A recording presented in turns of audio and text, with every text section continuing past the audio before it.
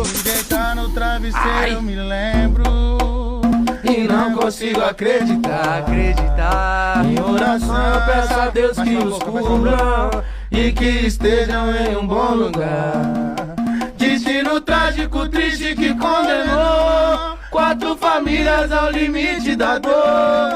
E num pequeno gesto de carinho cantaremos com amor. E agora? Constantemente em nossos pensamentos, E o quê?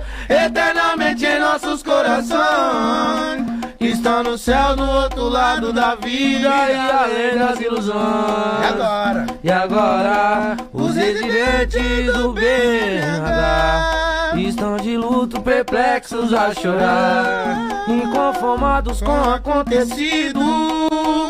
Não sei qual foi o propósito de Deus de levar assim 5 amigos meus. Já faz um tempo e eu não acredito.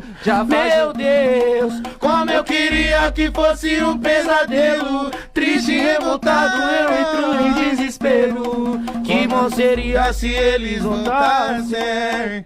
Eles sim fizeram a viagem.